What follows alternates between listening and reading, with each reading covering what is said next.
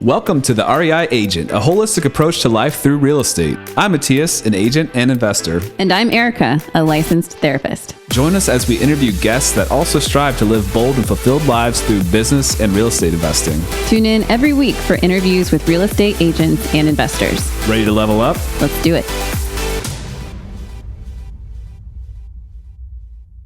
Welcome back to the REI Agent. Today we have Erica Wolfe on the show, which is an agent that has gone through a lot and come very far and done very well, formed a successful team, etc. In the Florida area, Jupiter, Florida. But before we get into that, I wanted to talk a little bit about what happened last weekend. So one of the goals I have this year is to have, so last year I had a goal of having a good relationship with you, and I've been like, screw that. I'm good. No, but so the way I broke down my goals was to have, 3 like kind of action items to track each week. And it just kind of, we never really found meaningful ones. Like some of them were really good and important and we've carried those over, but there was some that just kind of like didn't ever kind of take off. Is that fair? Mm-hmm. I think overall the focus on it was really great. And I think we had some really good stuff come out of it. More intentionality with dates, which is still there. We try to kind of have like a hangout date every week. I haven't done great on that. Mm-hmm. But I feel like our communication has gotten better because we've scheduled like times to talk. That's very true. Honestly, that should be something we track because that's probably more important than anything else. Mm-hmm. Yeah. And we have been doing that. So that's great. But what I wanted to say is this year I was kind of trying to include the kids a little bit more as well into the goal and kind of make it more like a family, goal to make sure that it's the areas that you could easily slide on and just kind of raising the awareness, raising the attention on them. I think it's just important, and to try to keep like a pulse of how things are going and a measurable result. Like you can say, okay, I've tried to spend this time with you. Let's see, do we feel like our relationship's better? That blah blah blah. So it's been a good thing overall. This year, one of the things I've tried to do is to do some kind of special outing with the kids once a quarter. And it's hopefully going to be an overnight thing. Our little dude is still pretty young, and so it kind of limits the things we can do with him. So this quarter, there was a Taylor Swift cover concert at a brewery that seemed like the perfect thing to do for the girls, at least. So I took them out last Saturday.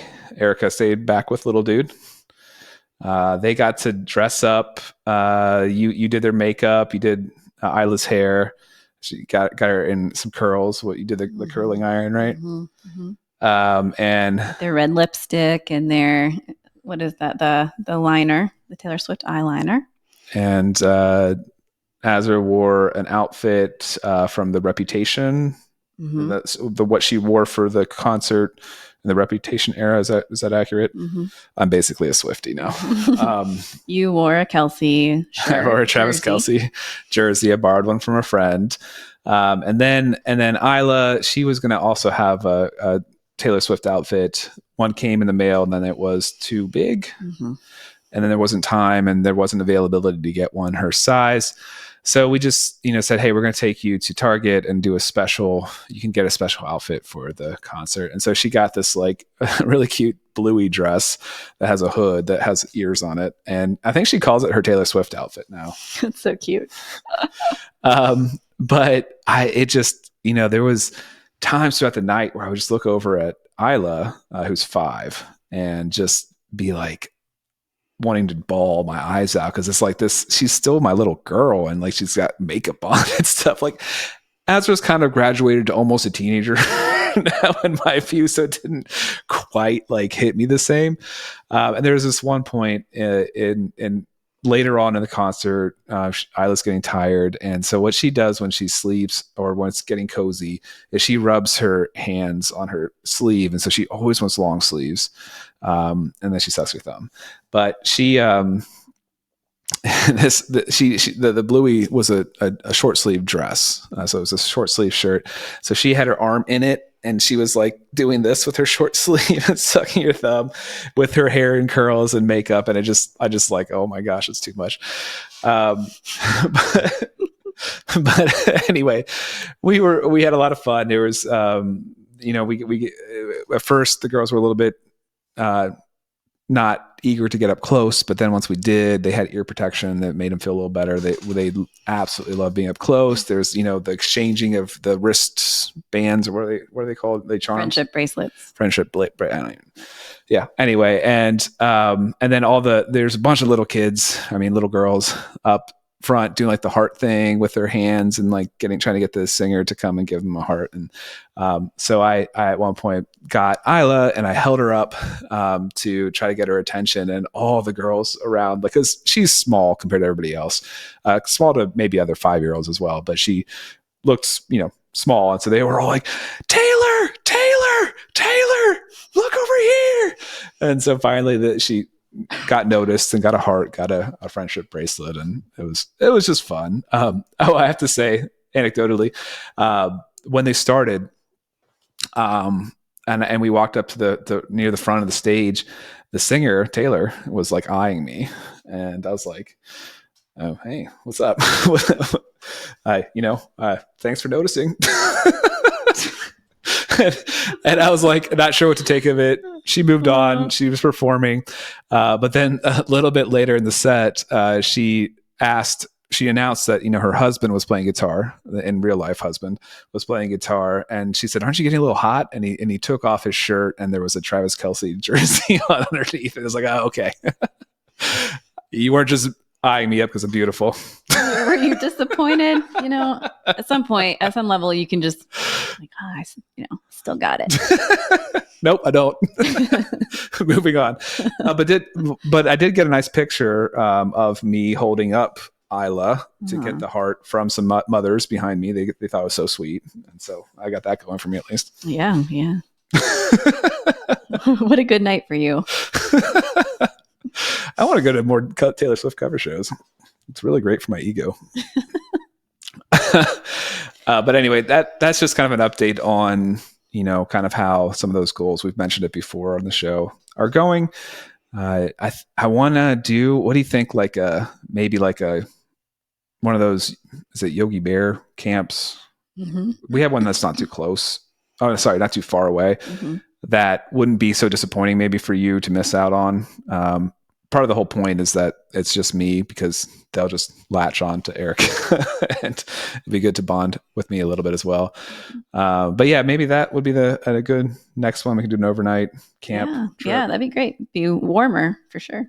Yeah. Mm-hmm. And you can maybe go do girl party things. Mm-hmm. I will gladly do that. I think they would enjoy it, and I would love the free time. Yeah. So it's just a fun thing to kind of bring in to focus on. And I probably wouldn't do this otherwise. And, be really cool to see where it leads. Mm-hmm. So we'll keep you posted. Anyway, today we have Erica Wolfe. Like I said earlier, Erica is a realtor out of Jupiter, Florida. And she is a digital marketing expert, a luxury real estate agent, kind of niched into that space, had a team lead, started off as a single mom, raising 2 kids, right? Mm-hmm. And yeah, so she's got a great story. She's kind of learned how to create a business that allows for balance and, not working all hours, 24/7, weekends, etc. So yeah, I think it's a great conversation. So without further ado, here's Erica Wolfe. Welcome back to the REI Agent. I am here with Erica Wolfe. Erica, thanks so much for joining us. Thank you for having me. We've got 2 Ericas in the house. I was actually a little surprised you didn't say Erica Clymer, because you're just so used to that. My brain is working at least 13% today, so I'm glad I didn't screw that up. I love the play on your last name. That's a fun it's got to be fun for marketing. It really is. I mean, Wolfe of Real Estate on all social platforms. Look, I already plugged myself. It trademarked it too. So that was fun because we had a lot of copycats after it. But it's the brand. It's made for fun branding, fun swag, and has made it a little more memorable. Yeah, no, totally. Absolutely. So you're an agent. You have a fun story. We got into it a little bit before we got on air, but why don't you walk us through how you got started in real estate? Okay. Well, so that was 16, almost 17 years ago. I keep saying 15 years. And then I log into Zillow to check on something. And it said 16 years. I was like, oh, maybe it has been 16. Started counting. And then I'm like, shoot, I'm about to turn 38. So it's almost 17 years. So I got my license when I was 21. Okay. I was working insurance full time. Weirdly got good at that. Started as somebody's assistant in insurance, and previously, before that, I was in banking. Not your normal teenage jobs, right? Somehow I was 17 years old and they had me managing a bank. Wild, if you ask me. Incredible, right? Yeah. Wild. I'm like, wow, what was wrong with their staffing? But then got into insurance assisting and then actually got into sales because I needed to make more money. Exceeded really well in that, excelled, and started looking at the commission statements. At the time I had 2 children and I was like, I need more money. And you look at the settlement statements that come in for closings because I made relationships with mortgage brokers. And I'm like, I need that kind of money, not what I'm making in insurance. So decided to get my real estate license, did both for quite a bit. So I got licensed in 2008, market crashed.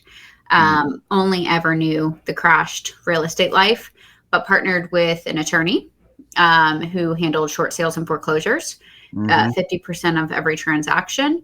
We split, but I marketed them on Craigslist as well. So I picked up the buy side a lot of times as well.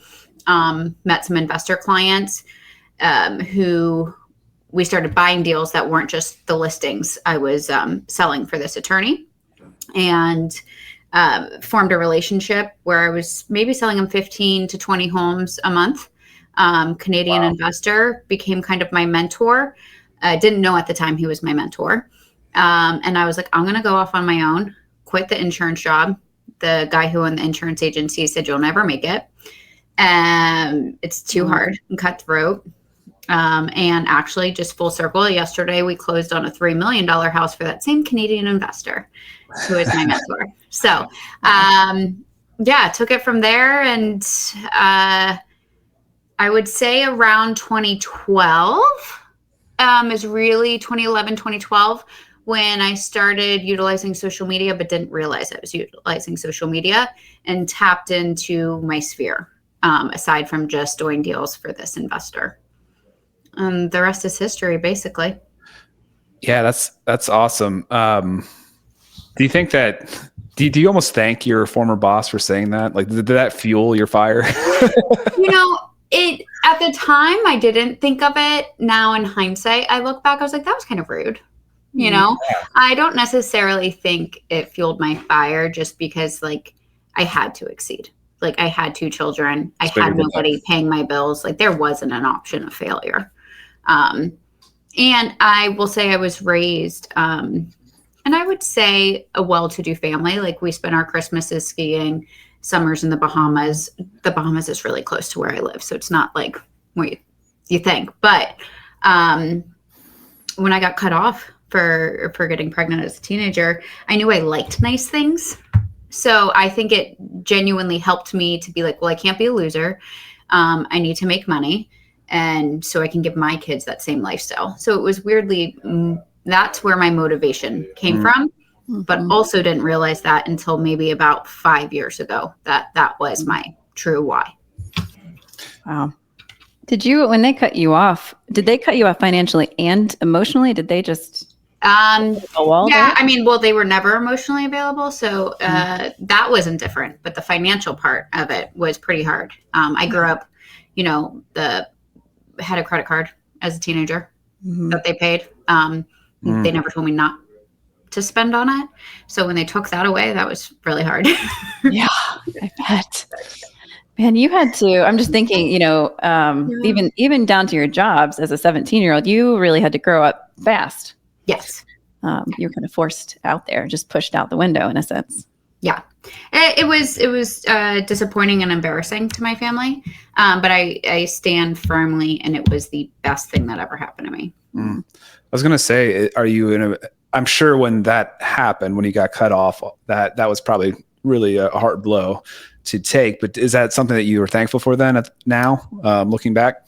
I mean, it was hard, but I don't think I even got I just knew that's what it was. It wasn't truly I was crying and what am I going to do? It wasn't like that. I was like, well, screw them. I'll figure it out. I don't need them anyways. I think that was my attitude at that time.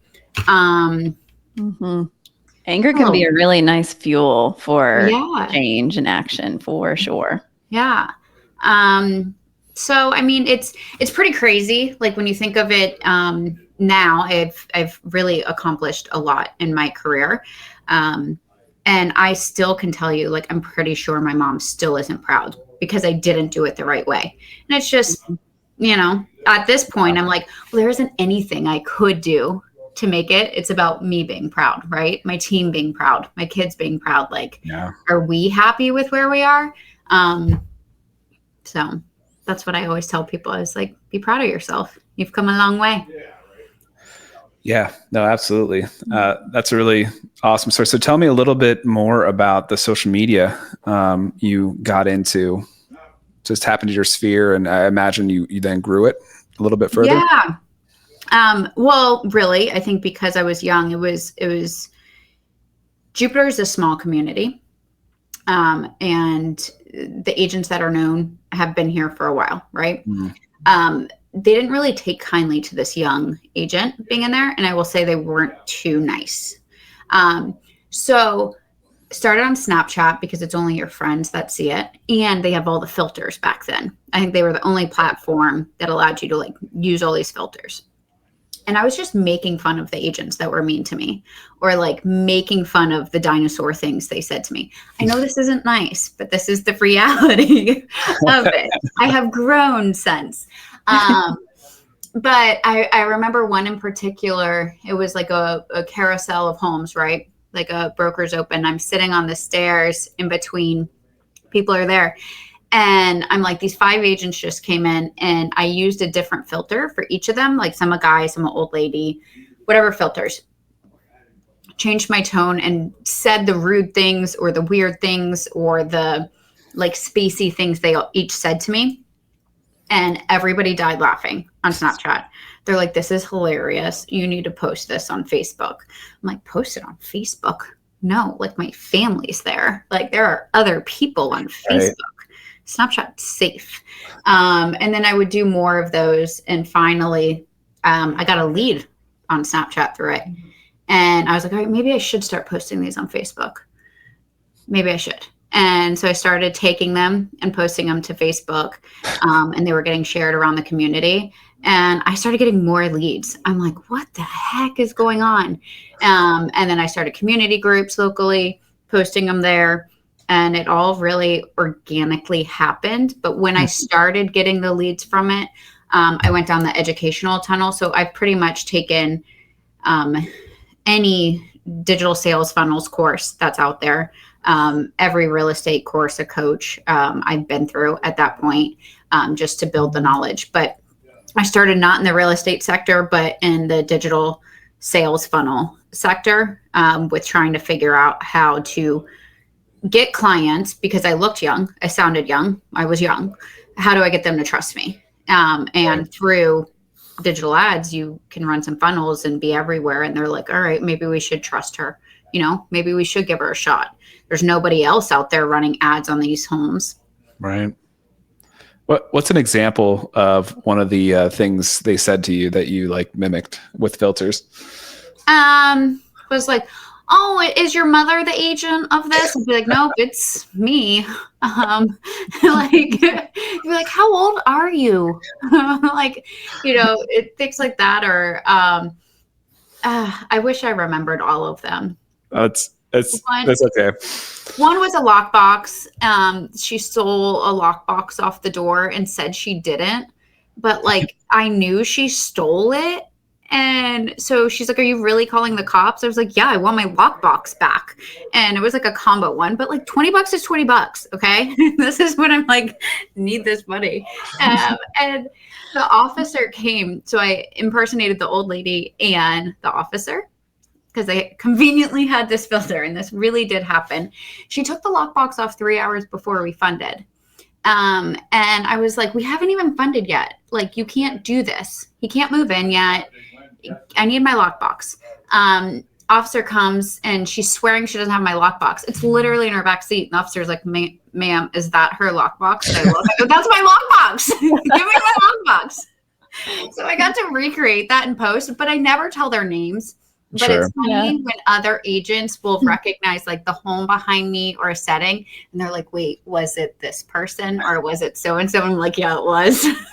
Yeah, I was going to say that's my next question. Did people start finding out that they were on social media or that you were imitating them? Probably. Yeah. But you know what's weird is they started being nicer to me because like I would make a story about it. I mean, yeah, it's kind of showing the egg on their face, right? Like they did that rude thing. So I got my first contractor developer using, well, I pitched to him. I was like, "I can sell your homes for $50,000 more." He's like, "You can?" I'm like, "Yeah, you're using, this agent that's not using digital marketing. Let me try." We did a package deal, 5 homes. He let me start out with 1% on list side. And I was like, "All right, I'll take it." I used a Snapchat filter when I was like checking on them, dressed as a man. Like, so I had a beard and everything and dressed as a construction worker in boots and stuff. And I was like, "You always have to wear proper attire." And I'm like going through it. I sold off of that video 5 homes in a week. And he's like, "You're going to have all the rest of my listings." And that was before I'm like spending money on a videographer or anything like that. Yeah. It's like stand-up comedy meets real estate. Yeah. Wait, I swear. That's amazing. I gotta know though, how has that evolved, and how does that evolve to what you do now? Like, do you do similar things still? No, not at all. Not at all. And like locally, the community is like, "Can we have another funny video?" Like, I wish I was still funny. Like, I really do. No, you can't have another one of those because I have to elevate myself to the luxury market now. So through coaching, I don't think I've put out a funny video in the past 3 years, I would say 4 years. We were trying to get my price point up was a big thing. So we got rid of the funny videos. We hid some of the funny videos. And it's worked. I mean, we increased my average price point to 1.6. I have homes ranging 9 million to 3 million is a good amount on my luxury side that I get to take now. Just a different type of video. We spend a lot on videography, and we run the ads on them now. It's just what worked for me back then, I don't think would work for me now. So essentially, you're raising the bar on like professionalism in the production and everything. Even though you had a vein, you're niching down in a different way. Well, and like even my friends in Sphere like are older now, right? Like all of us, I guess, mature. We all had to mature and grow up a little bit. So I just think being that funny person would probably keep me at a lower price point or lower clientele. I may get some one-offs, but at a higher price point, they want an elevated look and feel and marketing package. So I'm curious what else you needed to change about yourself or how you speak or how you dress. What else were you needing to shift for that higher price point? Well, South Florida is hard to get like super professional, like fancy. I like to think like when I go to conferences up north, I can wear my suits and things like that. You would sweat really bad here. And that, so what's higher, I don't think as much. I definitely have more clothes now in general, but I don't think it shifted that much. Confidence in the way I speak more about market knowledge. Like I know a lot about the data on the market side, but I never spoke on it as much. I thought people would think it was like boring because they are kind of boring conversations, right? But the more I publicly spoke about those, I did get a higher end of clientele also, right? Like they do want an advisor, not somebody that can make funny videos. Yeah, it makes you be taken a little bit more seriously. Makes sense. Yeah, totally. And I've been around long enough that I've watched a lot of agents now who do start on the funny train of it all. And they all adapt to eventually. It's hard. It's a pressure to try to stay in that like on roll. Yeah. Yeah, I can only imagine. I haven't really gone down too many rabbit holes with social media marketing for the sales side. And I do see a lot of attempts at marketing. And I think marketing, honestly, as an agent is really interesting. How do you put yourself out there? And if us as agents are really forced to wear all the hats unless you're, starting to hire and get to a level where you're hiring out different things, getting a team together, et cetera. But we are forced to do everything at the beginning, at least. And I think, we are trying to sell houses, but then we're told to be marketers as well. And we see what everybody else does often. And I think it's just different than a lot of other industries, right? So, I mean, there's not many other industries that have our faces on our business cards, for example. None of the other industries really are talking about sales volume or things that we just closed on. Correct. Other industries are, thinking about what the person is wanting and kind of tailoring the marketing to that. We don't have very much. We don't have the capacity maybe, or we just don't have the education, et cetera, to really think through that as much as I think other industries do. Like, I mean, if you have like an insurance company, they're going to have a whole marketing division that's really going to figure out what their clienteles are thinking, what they want, and then market to that directly. Well, I think agents have a unique opportunity in that because they can become marketing experts, right? There's so many courses and everything out there. And you can figure buyer avatars, seller avatars out. And what things do they watch? And that came to me after learning digital ads. When you're typing in how to target them and things they like, it's like, well, wait, what does somebody who wants to buy a $2 million house, what do they like to do? Okay, somebody who's selling a $2 million house, what do they like to look at online? Is it business reports? Is it finance reports? Is it stock market? Is it, boats in our area? What is it, right? So you have to figure out that aspect of it. And then it's like, okay, you have your avatar. How do you market to them? I still run all my ads myself. The marketing aspect is basically me. I have a marketing and operations manager. She has 2 jobs for the price of one. And she takes my vision and makes it like pretty in print and font and all of that. But it is all from basically my brain of like, here's what I want, make it look pretty. But that's a huge part. That is a huge part in being successful as a real estate agent, is figuring out the marketing. Yeah. Because you're supposed to be responsible for marketing the homes. Right. Yeah. And so I think that, we probably have, I wouldn't say most people understand, how to target ads to other people on Facebook, Google, whatever, for a house. But I think on top of that, just marketing yourself as general, I think that's most people are starting basically from square one. 100%.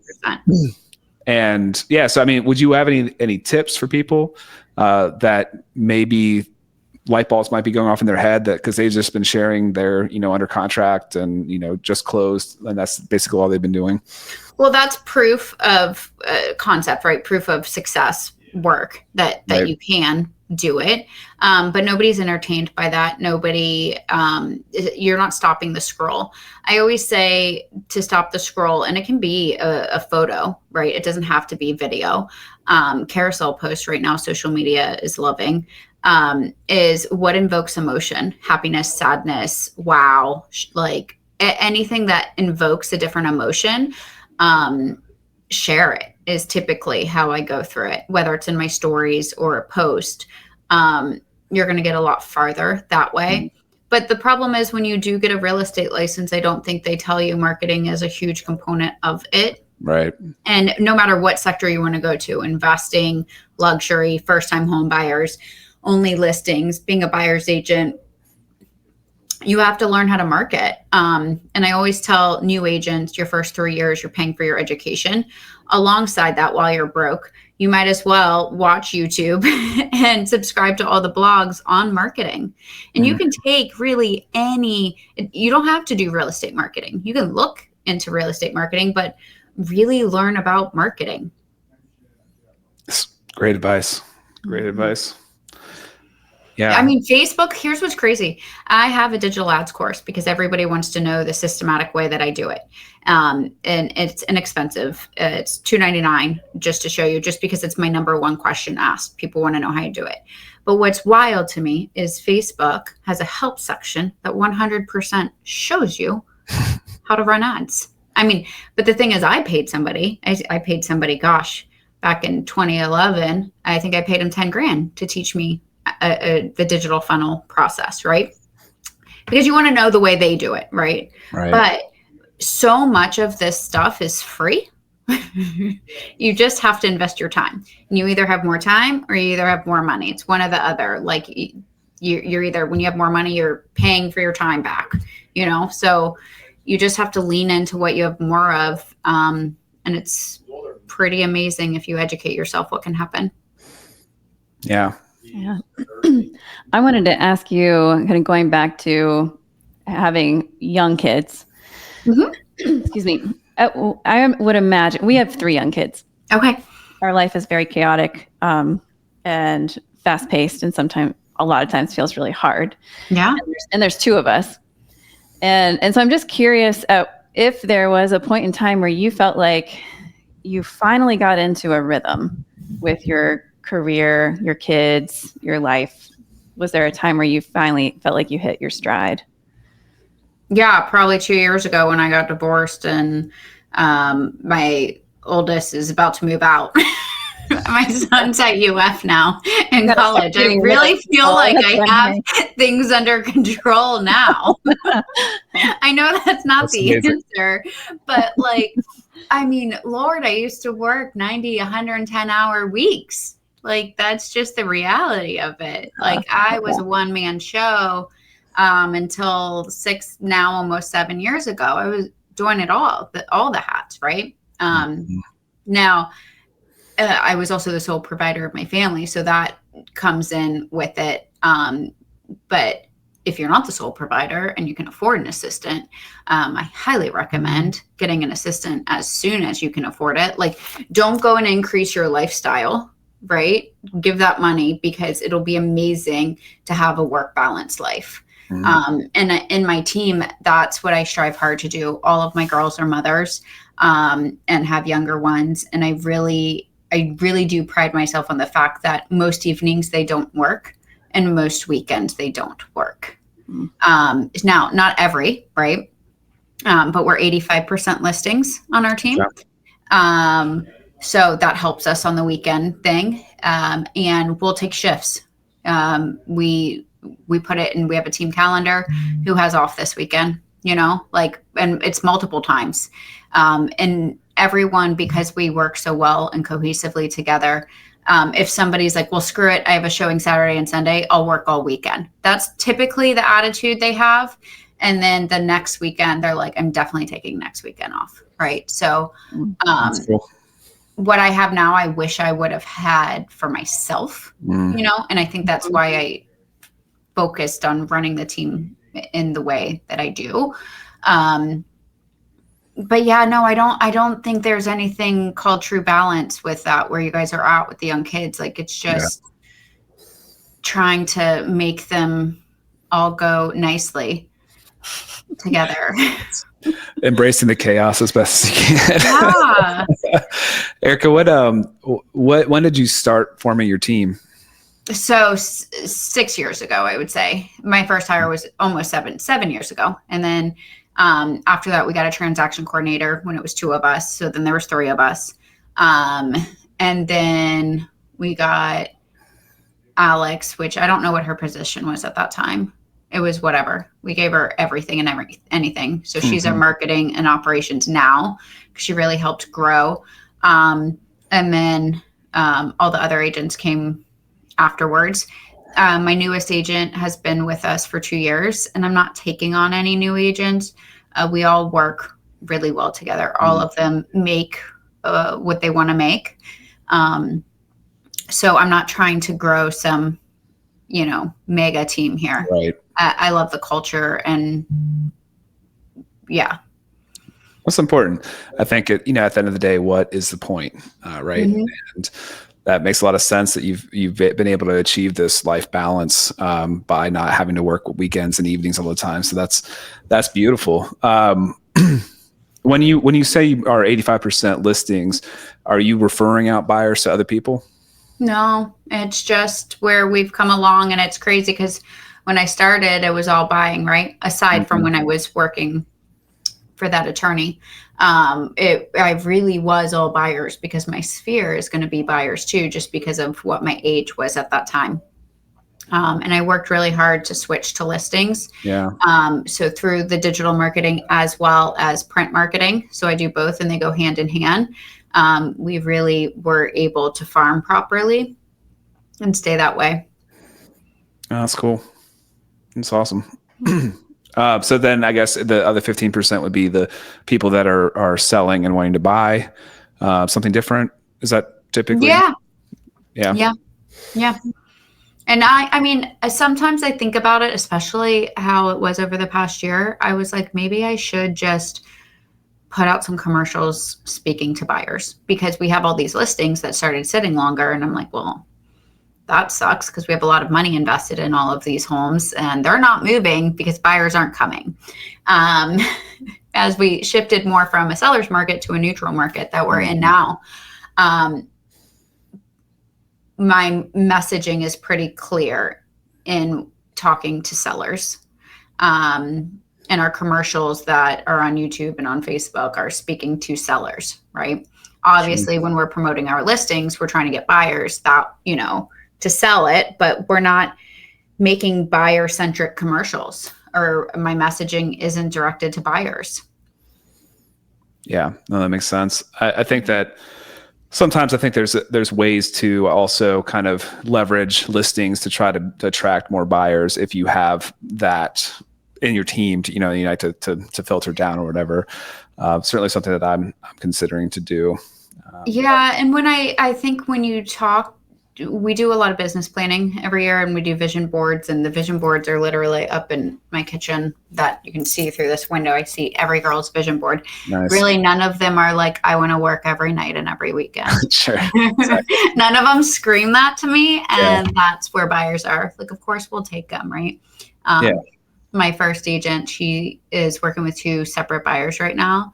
And so she's been out in the evenings and she's like, oh my gosh, I forgot what it was like. She's like, this is exhausting. Yeah. And she's like, I better get him under contract today because I'm about done. I was like, all right, you got this.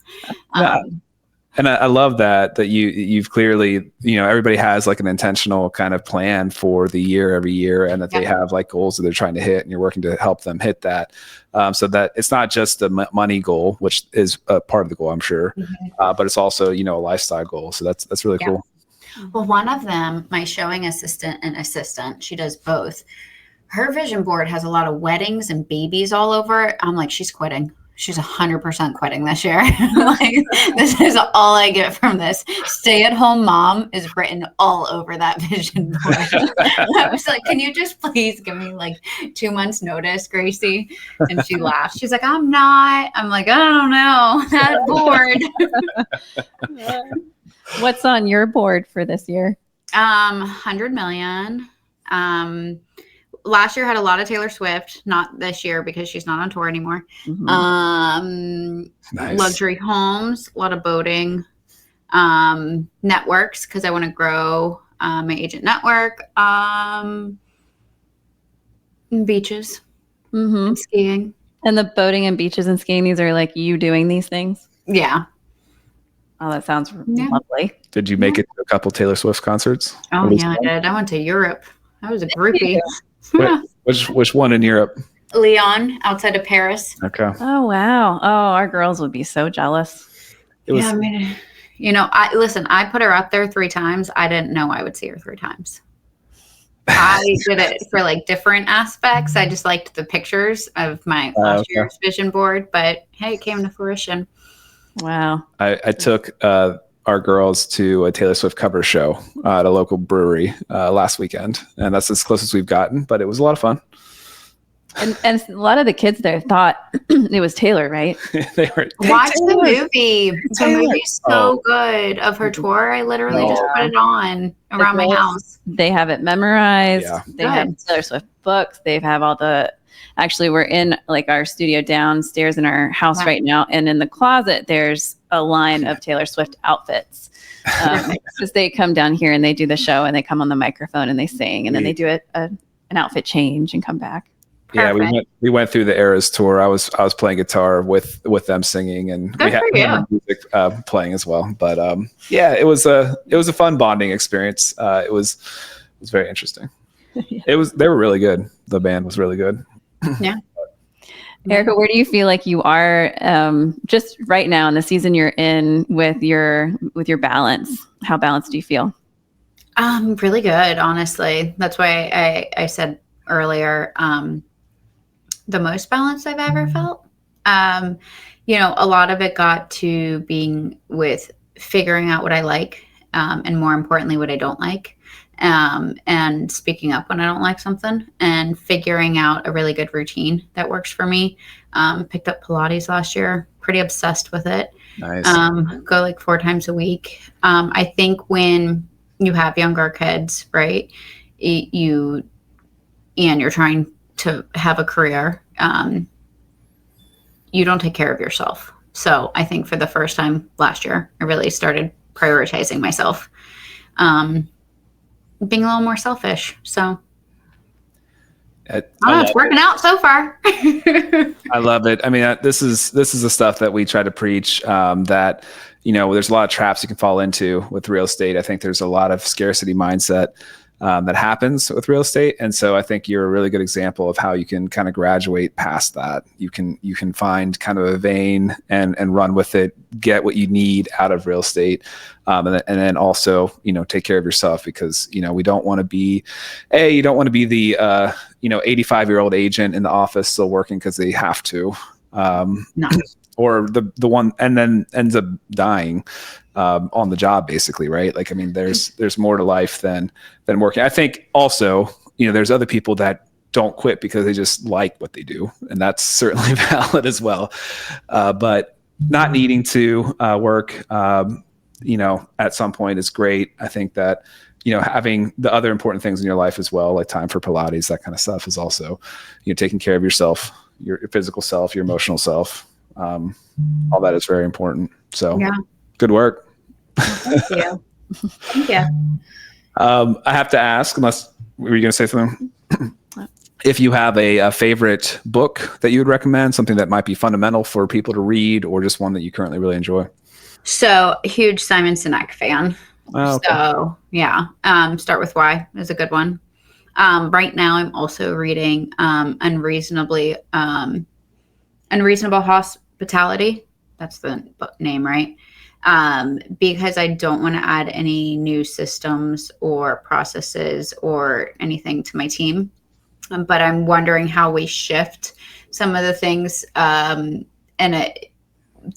it was from a TikTok. So I'm reading this book for the second time. The author was comparing McDonald's and Chick-fil-A and cost analysis and all of that jazz. And it really is the customer service behind it. Wow. So that's what we're focusing on. But both of those right now are what I recommend. So you got 2. Yeah, I don't think either were on the show before.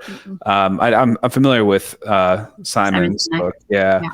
That, which is great, and it's obvious that you're doing that. I mean, you're having very intentional stuff with your team.